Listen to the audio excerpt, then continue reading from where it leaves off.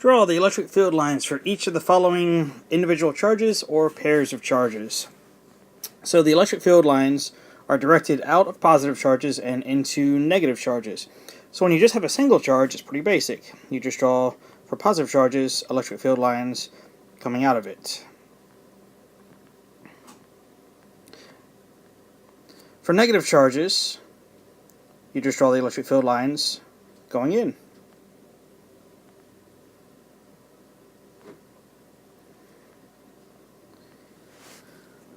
If a charge has twice as much magnitude, then in comparison to what you drew earlier, you should just draw twice as many electric field lines. So on these first two charges, I drew a total of 8 electric field lines. So technically that would mean for these last two, I would draw a total of 16. So I'm doing the original 8 plus 8 more. They all should have an arrow on them, all pointing outward. And then same for the other one, you want a total of 16. So I'm going to draw the 8 that I drew originally, plus the additional 8. And then you should draw an arrow going inward for all of these. So individual charges are pretty basic. When you have the pairs of charges, you draw the lines coming out of one and going into another. So we know for a single charge, I'm going to start by just showing a few of the field lines coming out of it, just like I did above. And for the negative charge, I'm going to have some field lines going into it, just like above.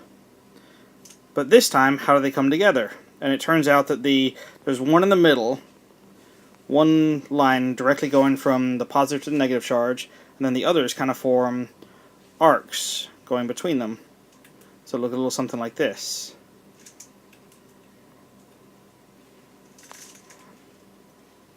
Now the ones over here you can't really do much with, so we'll just do as far as we can go.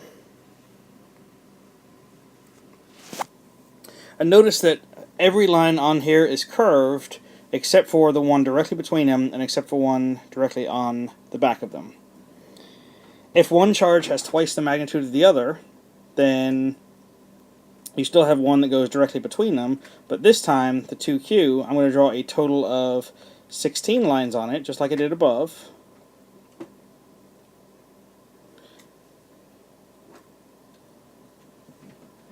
And 8 for the negative Q.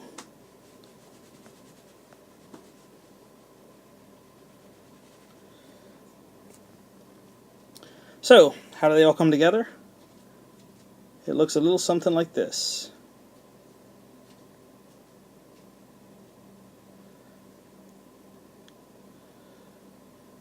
And you can see it kind of makes it more balanced toward the, more unbalanced toward the negative Q charge.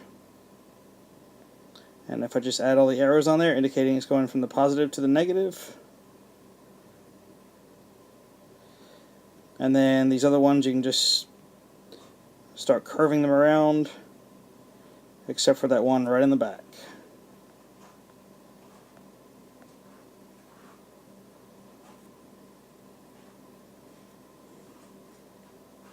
What about when they're both positive charges?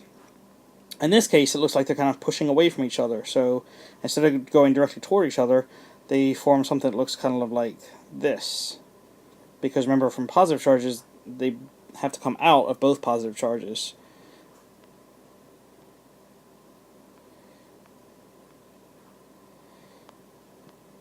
And it's going to be the same for both of them.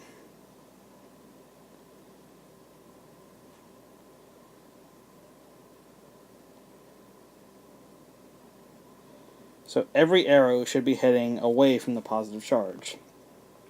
When you have two positive charges but one is twice as much as the other, it looks just like that previous image, except it's more pushed over toward the positive Q charge because the 2Q charge is stronger. So it looks something kind of like this.